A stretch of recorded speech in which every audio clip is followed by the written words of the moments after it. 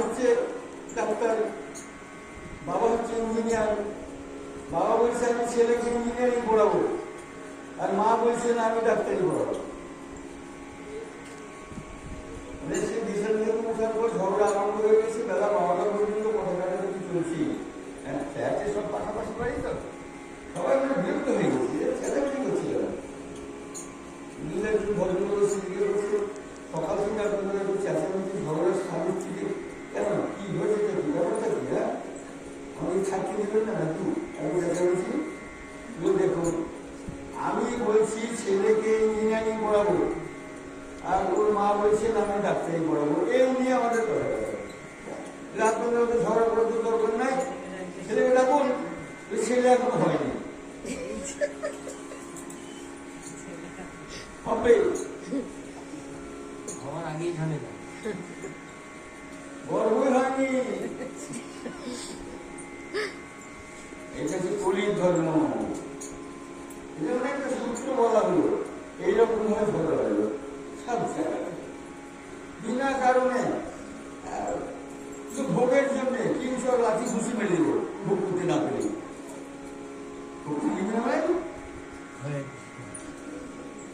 হ্যাঁ, ওই ঘুষি চর লাঠি মেরে দিব। এটা কলির ধর্ম। এখানে ওরকম অনেক আমরা আছি ভুক্তভোগী। যাই হোক, হনুমান ক্ষুধার্ত হয়ে রাবণের বাগানে ঢুকে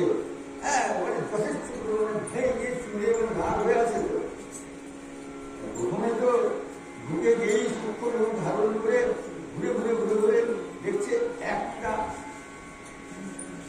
ঘরে রাম রাম জপ হচ্ছে, তার দরজায় দেয়ালে লেখা আছে রাম রাম রাম।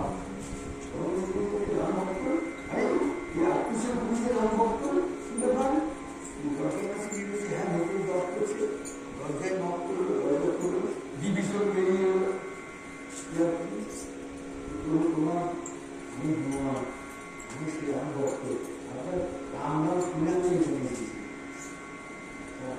সীতা লোককে হরণ করে দিয়েছে এই পুরীর যে রাজা রাবণ। হ্যাঁ তো জানেন, হ্যাঁ কি করবো, আমি তো ভাই বলতে পারছি না, বুঝিয়েছি অনেক, কোথায় আছে সব বেড়েছি দিয়ে দিলাম হনুমানকে। হনুমানকে সাক্ষাৎ করলেন, সব কিছু বললেন, বলার পর ফলে বাগানে ঢুকে বাগানকে প্রশ্ন করল, রাবণের কাছে খবর গেল, ধরে নিয়ে আসুন। ফলে বাগান ভেঙে নষ্ট করেছে কে? কারণ এ করলো যে সমুদ্রের ওই পাশ থেকে একজন বাঁদর এসেছে, বাঁদর সে সব করছে। রাবণের ছেলে সেনাপতি পাঠিয়ে ধরে আসো। হনুমান তাদেরকে একজন খড় দূষণ অক্ষয় কুমার রাবণের ছেলে সবকে সাক্ষাৎ করে দিল। পর কি বলে যে রাবণকে দেখতে হবে, আমাকে যেতে হবে, ইচ্ছা করে বন্ধন স্বীকার করলেন। হনুমানকে বেঁধে নিয়ে রাবণের সামনে গিয়ে খাড়া করল। রাবণের সঙ্গে আমার একটু বার্ধক্যতা হলো। রাবণ বলে যে আমার এত ক্ষতি করেছে যখন, এই হনুমানের লেজ হচ্ছে সবচেয়ে প্রিয়, এই লেজে আগুন হয়ে যাবে। হনুমান লঙ্কার সমস্ত রাক্ষসগণের যার বাড়িতে যত কাপড় আর ঘি তেল ছিল সব লেজ করে গেল। আর হনুমানের যা ইচ্ছে করবে তাই করবার ক্ষমতা ছিল, লেজ বাড়াতে যাবে। একবারে রাবণের পুরী থেকে একবার 3 মাইল লেজ পাঠিয়ে, আর লঙ্কার যত কাপড় চুপড় ছিল সমস্ত, এমনকি মেয়ে ছেলেরা, গরিব মানুষ, এবং দেখলো যে এই একটা হনুমান আমাদের লঙ্কাকে সর্বনাশ করবার জন্য এসেছে, একে পুড়িয়ে মারতেই হবে। মেয়ে ছেলেদের কাছে কাপড় নাই, কাপড় খুলে উলঙ্গ হয়ে কাপড় দিয়ে দিয়েছে, এত উন্মাদ হয়ে গেছে। হনুমান ব্যাস আগুন দিলেন। এখন কোনো মন্দিরে কেউ যদি কোনো ভোগ পাঠায়, মন্দিরে একটু তার সব পাঠাবে, যারা যারা কাপড় আর তেল জড়িয়েছিল, হনুমান তাদের বাড়িতে গিয়ে নিজের লাফি লাফি তুলে ওই আগুনের পোশাক দিয়ে সব বাড়ি তুলে বিভীষণ কিন্তু কোনো তেল কাপড় দিতে দেয়, একমাত্র দুজনের বাড়ি ছাড়া গোটা লঙ্কা ভূমিষ্ঠ কিন্তু হনুমানের কিছু হলো না। আবার করল নিয়ে বলে যাই হোক, হনুমানজি হচ্ছেন সম্পূর্ণ আসন। হনুমানকে যদি স্মরণ করে তার সে সমস্ত সম্পত্তি হনুমান তাকে রক্ষা করে। হনুমানের পিতা হচ্ছে কেশরী, কবিরাজ, মাতা অঞ্জনা বা অঞ্জলি ও পবনের দ্বারা কর্ণে প্রবেশ করেছিল যে পবনের পিতা, এবং সাক্ষাৎ শিব গর্ভে প্রবেশ করে ওই মূর্তি ধারণ করে প্রকাশ করে। সেই জন্য আমি রূপের অবতার কেশরী নন্দন এবং পবন পুত্র। আজকে হনুমানজির আবির্ভাব তিথি। জয় জয় হনুমানজি কি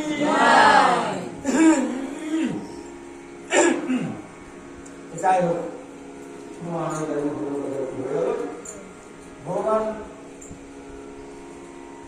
যত দেব দেবী যত কিছু আছে তার মধ্যে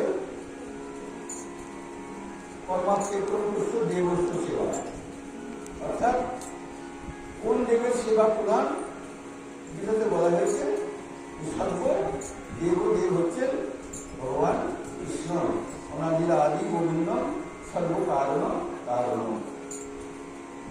দেখবেন যে এই জগতে যে যার ভজনই করুক, কালী ভজনই করুক, আর মনসা ভজনই করুক, আর দুর্গা ভজনই করুক, যে যার শিষ্য হোক, মরার পর কিন্তু বলো হরি হরি বল বলতে উঠেই যাবে, কোনো ভগবানের নাম। এখানে অনন্ত ঠাকুরের শিষ্য কেউ আছে? এখানে অনন্ত ঠাকুরের শিষ্য কেউ আছে? কেউ নাই? তিনি কিন্তু বৈষ্ণব ছিলেন, এগুলো জানে কি জানেন আমি জানি না। কেন বৈষ্ণব ছিলেন? তিনি কৃষ্ণের যে কত বড় ভক্ত ছিলেন এটা একটু বিচার করলে বুঝতে পারবে। উনি নিজে একটা গান রচনা করেছিলেন, জয় রাধে রাধে কৃষ্ণ কৃষ্ণ গোবিন্দ গোবিন্দ গোবিন্দ গোবিন্দ গোবিন্দ বলে সদা নয়ন নিরে সদা ভাস করে। হরিনাম পরম ব্রহ্ম জীবের মূল ধর্ম, অধর্ম কুকর্ম সাগরে সাগরে মোর কপট চাকুরি, বদনে বলো হরি হরি, রাধা গোবিন্দ নামটি বদনে লইলে নয়ন নিরে সদা ভাস করে। কি বলছে? সার কথা না, ভাগবতের কথা বলছেন উনি, সার কথা মহাপ্রভুটা বলেছে, উনি তাই বলছে। এটা তো বিচার করেন ঠাকুর কত বড় বৈষ্ণব ছিলেন, এটা সবাই কোনো জিনিস অ্যানালাইজ না করে বুঝবে কি, বিচার করলে তো ওই বুঝতে পারবে যে ব্যক্তিটা কে, মনোভাব কি। জগৎবন্ধু জগৎবন্ধু শিষ্য আছে এখানে, আছে পরম বৈষ্ণব ছিলেন, মহাবৈষ্ণব প্রণম্য এবং ভগবান কৃষ্ণের অত্যন্ত আপন। তিনি নিজে হাতে একটা গ্রন্থ লিখেছিলেন, এই গ্রন্থটার নাম কি বাবা? শিষ্য যদি থাকে বলবে, নিজে হাতে একটা গ্রন্থ লিখেছিলেন, নামটা আমি ভুলে যাচ্ছি, নিজে হাতে লেখা জগৎবন্ধু। একদম শেষ অন্তে লেখা আছে, কৃষ্ণকে আপন করিও, কৃষ্ণকে ভালোবাসিও।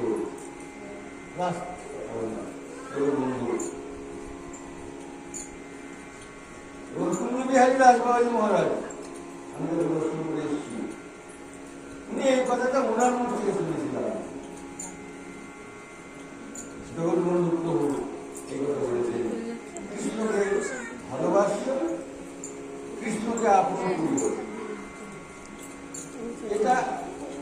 কারণ এই কথা নয়, এটা 4 বেদ, 14 শাস্ত্র, 18 পুরাণ সমস্ত কিছুতে একসাথে বলেছে অনাদিরাদি গোবিন্দ সর্বকারণ কারণ। আমরা মনুষ্য জন্ম পেয়েছি ওই ভজন করবার জন্য, কৃষ্ণ ভজন করবার জন্য। যে যাই করুক, ব্রহ্মচারী, গৃহস্থ, বানপ্রস্থ, সন্ন্যাস, যে যে আশ্রমে থাকুক, 4 বর্ণ আশ্রমে যদি কৃষ্ণ নাহি ভজে, সকর্ম করিলেও সে রৌরবে পরিমজে। ব্রহ্মচারী, গারস্থ, বানপ্রস্থ, সন্ন্যাস, যে যে আশ্রমে থাকুক, ব্রাহ্মণ, ক্ষত্রিয়, বৈশ্য, শূদ্র, যে বর্ণেরই থাকুক, প্রত্যেককে হরি ভজন করিতে হইবে। কারণ হরি পাদ কর্ম ছাড়া শান্তি পাইবার আর দ্বিতীয় কোন পথ নাই। তমেব স্মরণং গচ্ছ সর্বভাবেন ভারত, তৎসাদাৎ পরাং শান্তি স্থানং তপস্যসি সাধকম। অর্জুনকে বলছেন ভগবান, তুমি শান্তি খুঁজে বেড়াচ্ছ, যেখানে যেখানে শান্তি খুঁজে তো পাবে না। ওষুধের দোকানে গিয়ে রসগোল্লা দাও বলে হবে? রসগোল্লা যেখানে পাওয়া যায় সেখানে গিয়ে চাই বলতে হবে। ভগবান বহু জায়গায় বলেছে, বিহায় কামান সর্বান পুমাংস্তি নিষ্ক্রিয় নির্মম নির অহংকার শান্তি মধিবচ্ছ। শান্তি যদি পেতে চাও, এই গুণগুলো তুমি একবার করো, এই গুণগুলো তোমার মধ্যে আসো, আনো, তারপরে শান্তি পাবে। টাকা থাকলে যদি শান্তি হতো, তাহলে রিলায়েন্স কোম্পানির মালিক মুকেশ আম্বানি আর মুকেশ আম্বানি 2 ভাইয়ের হাতে রিভলভার নিয়ে ঝগড়া করছে। বিধবা মা এসে থামাতে পারছে না, গুরুদেবকে ডাকলো। ঝগড়াটা কিসে? ভাগাভাগি নিয়ে। এবারে দিয়ে দিয়েছিল তাদের অ্যাকাউন্ট টাকা 90,000 কোটি টাকা। 90,000 কোটি টাকার মালিক তারা। টাকা আছে, অশান্তি কেন হলো? এখানে বোঝা যাচ্ছে টাকাতে শান্তি পাওয়া যাবে না। শুধু গোস্বামীর কাছে ঋষিরা এসে বলেছিলেন, হিরণ্যাক্ষ দৈত্যকে যখন ভগবান বিষ্ণু মেরে দিলেন, সেই খবর শুনে হিরণ্যকশিপু সিংহাসন থেকে অজ্ঞান হয়ে পড়ে গেল।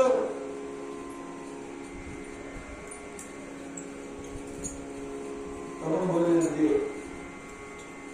এই যে অজ্ঞান হয়ে পড়ে গেল, কারণটা কি, কেন পড়ল? এত হিরণ্যকশিপুর মতো বড় কেউ নাই। এখনকার মানুষদের উঠানে যেমন গুল ভুটো পড়ে থাকে, হিরণ্যকশিপুর আমলে তার প্রজাদের উঠানে ঝুড়িতে করে মণি, মাণিক্য, হীরা, রত্ন, সোনা দানা ঢাকিতে উঠানে পড়ে থাকে। এত ধনী, অথচ পড়ে গেল। হিরণ্যকশিপু সত্যযুগের ঘটনা, এই তো কলিকাল হিংসা হতে পারে, সত্যযুগে ঘটেছে। যে মেয়ে ছেলে কিডন্যাপ করছে, এটা শুধু কলিকালে নয়, সত্যযুগে হিরণ্যাক্ষ পৃথিবী দেবীকে কিডন্যাপ করে নিয়ে চলে। ত্রেতা যুগে রাবণ সীতাকে কিডন্যাপ করে নিয়ে চলে।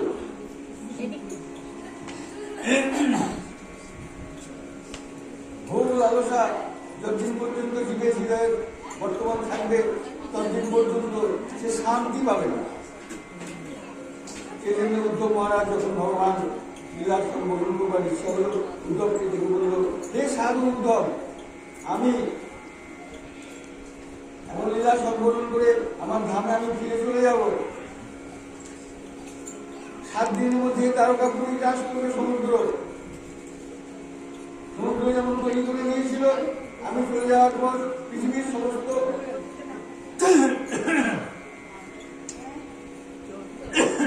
মঙ্গল না করবে।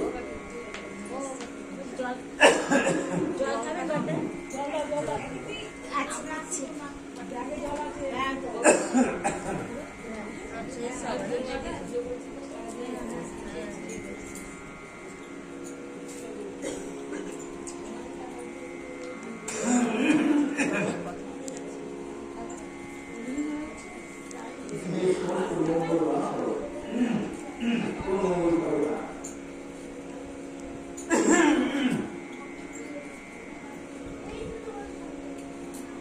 তুমিও এই পৃথিবীতে বাইরে থাকবে না। তুমি কোথা তোমার আত্মীয়, বন্ধু, বান্ধব, স্বজন, কুটুম্ব থেকে সম্পূর্ণ তোমার মায়াকে ছিন্ন করো।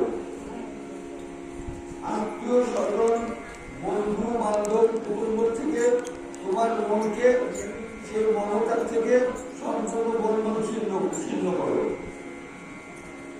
তারপরে তুমি তোমার মনকে আমাকে সম্পূর্ণরূপে সমর্পণ করে গোটা জগৎকে সমদর্শন করে পর্যন্ত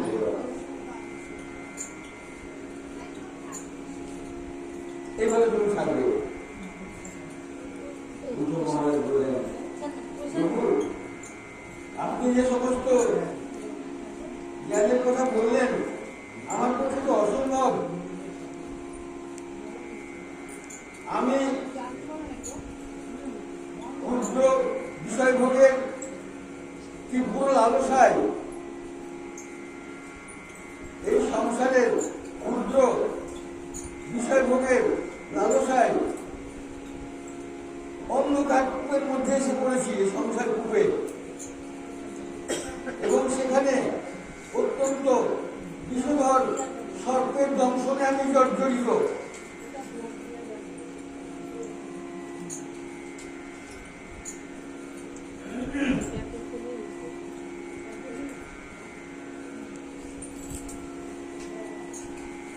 এই অবস্থা থেকে আপনি আমাকে উদ্ধার করুন, কারণ আমি জানি আপনি ছাড়া আমাকে এই অবস্থা থেকে অন্য কেউ উদ্ধার করবার কোনো ক্ষমতা নাই। সবারই জীবনের ইতিহাস আমি জানি, শিব থেকে ব্রহ্মা থেকে সবাই এই পৃথিবীর ভোগের সঙ্গে তারা যুক্ত আছে। আমরা তো পাওয়ার কথা করতে না পেলে কীর্তনা ঝুঁকি মারতেই পারে, গ্রেপ্তার পর্যন্ত তারা হয়রানি হয়ে গেছে। যাই হোক, আমরা মনুষ্য জন্ম পেয়েছি একমাত্র কৃষ্ণ ধন্যবাদ তবে সমুখের আইন বিষা মায়া বদ্ধ হইয়া বৃক্ষ সমহনু হরিনাম দিনে ভাই গোবিন্দ নাম দিনে বিফলে মনুষ্য জন্ম যায় দিনে দিনে। তাই একমাত্র মনুষ্য জন্মের একমাত্র কর্তব্য, সবকিছু থাক, যে গৃহস্থ আছে তার স্বামী, স্ত্রী, পুত্র, কন্যা, টাকা পয়সা, ঘর বাড়ি, ব্যবসা বাণিজ্য সব থাক, তুমি দেহ দিয়ে সেগুলো সব পরিবেশন করো, আর মনটা আমার কাজ করবে।